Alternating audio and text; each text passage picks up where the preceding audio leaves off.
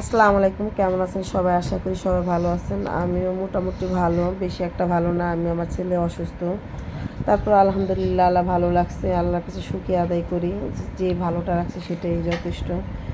অসুস্থ সবাই থাকে, আমার একটু রাত্রিবেলা জ্বর আসে। আর এই তো আমার দেশি মুরগি প্রতিদিন একটা করে জবাই দিছি। এটা 2টা মুরগি গোস, এখানে 2টা মুরগির মাংস।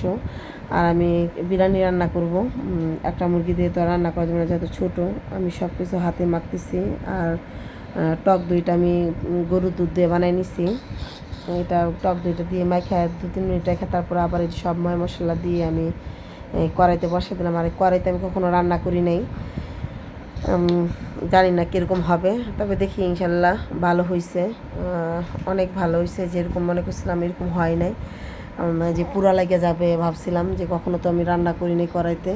তবে আলহামদুলিল্লাহ ভালো হয়েছে। বিরিয়ানিটা খুব মজা হয়েছে। এই তো বিরিয়ানির দেখেন মশলা দিয়ে কষাইতেছি, কালারটা খুব সুন্দর আসছে।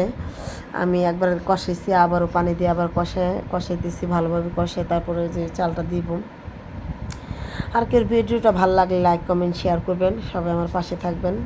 আর বেশি বেশি করে শেয়ার দিবেন, যারাই দেখেন একটু শেয়ার করে দিবেন। আর এই তো আমার বিরিয়ানির কালারটা দেখেন অনেক সুন্দর হয়েছে। আর বিরিয়ানিটা খাইতেও খুব মজা হয়েছে। আর আমি যে এখন আমি পোলাও চালটা দিয়ে দিছি, আমি হাফ কেজি চালের বিরিয়ানি রান্না করতেছি, শুধু একবেলা যত খাবো। এই তো বিরিয়ানির চালটা ভালোভাবে কষায় আমি পানি দিছি। তো এখন দেখি যে পানি অল্প, তার জন্য আবার পানিটা পুরোটাই ঢাইলা দিছি। জানি না নরম হবে কিনা, কখনো তো আমি কড়াইতে রান্না করি নাই, তবে না নরম হয় নাই, ভালোই হয়েছে। পানিটা বেশি, এই পানিটা না দিলেই মনে হয় আমার চাউল চাউল থাকতো বিরিয়ানিটা, তাই বেশি করে আমি পানি দিলাম। আবারও পানি দিয়ে দিয়েছিলাম, আর দেখি লবণ কম হয়েছে, তার জন্য আমি লবণ আর একটু দিয়ে বিরিয়ানিটা ঢাকা দিলাম। আর আমার ঢাকনাটা ছোট ছিল দেখে আমি এইভাবে দিলাম।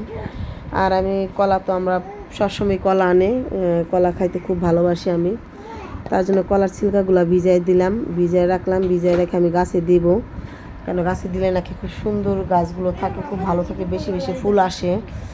আর এই তো আমার এগুলো ভিজাইতে ভিজাইতে আমার এই দেখি যে আমার বিরিয়ানিটা হয়ে গেছে।